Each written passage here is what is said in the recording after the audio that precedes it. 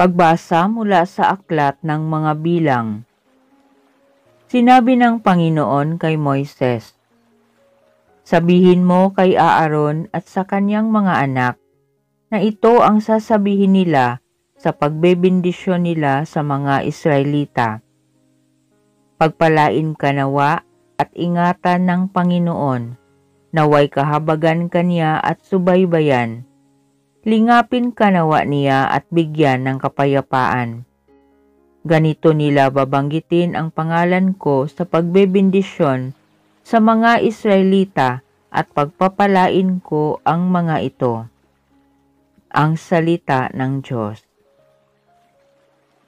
Kami ay iyong kaawaan, pagpalain, poong mahal. O Diyos, pagpalain kami't kahabagan, kami Panginooy iyong kaawaan, upang sa daigdig mabatid ng lahat ang iyong kalooban at ang pagliligtas. Kami ay iyong kaawaan, pagpalain, poong mahal.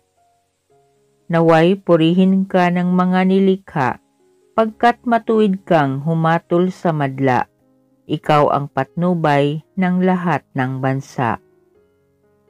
Kami ay iyong kaawaan, pagpalain, poong mahal. Purihin ka nawa ng lahat ng tao, purihin ka nila sa lahat ng dako. Ang lahat sa amin ay iyong pinagpala, naway igalang ka ng lahat ng bansa. Kami ay iyong kaawaan, pagpalain, poong mahal. Pagbasa mula sa sulat ni Apostol San Pablo sa mga taga-Galasya. Mga kapatid, noong dumating ang takdang panahon, sinugo ng Diyos ang kanyang anak. Isinilang siya ng babae at namuhay sa ilalim ng kautusan upang palayain ang mga nasa ilalim ng kautusan. Sa gayon, tayo'y mabibilang na mga anak ng Diyos. Upang ipakilalang kayo'y mga anak ng Diyos, pinagkalooban niya tayo ng Espiritu ng kanyang anak nang tayo'y makatawag sa kanya ng Ama, Ama ko. Kaya't hindi ka naalipin kundi anak, sapagkat anak, ikaw ay tagapagmana ayon sa kalooban ng Diyos. Ang salita ng Diyos. Noong dati ay mga propeta, ngayon na may anak niya, ang sugo ng Diyos na Ama. Ang mabuting balita ng Panginoon ayon kay San Lucas. Noong panahong iyon, nagmamadali ang mga pastol na lumakad patungong Bethlehem at nakita nila sina Maria at Jose at ang sanggol na nakahiga sa sabsaban. Kaya't isinaysay nila ang mga sinabi ng anghel tungkol sa sanggol na ito at nagtaka ang lahat ng nakarinig sa sinabi ng mga pastol. Natanim sa isip ni Maria ang mga bagay na ito at kanyang pinagbulay-bulay.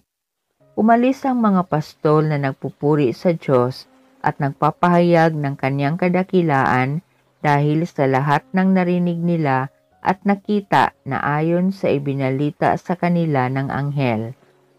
Pagdating ng 8 araw, ay tinuli ang bata at pinangalan ng Jesus, ang pangalang ibinigay ng anghel bago pa siya ipinaglihi.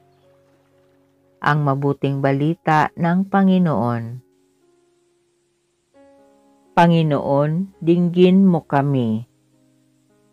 Para sa buong simbahang mag-anak ng Diyos sa lupa, nawa siya'y maging kasangkapan para sa pakikipagkasundo ng sangkatauhan.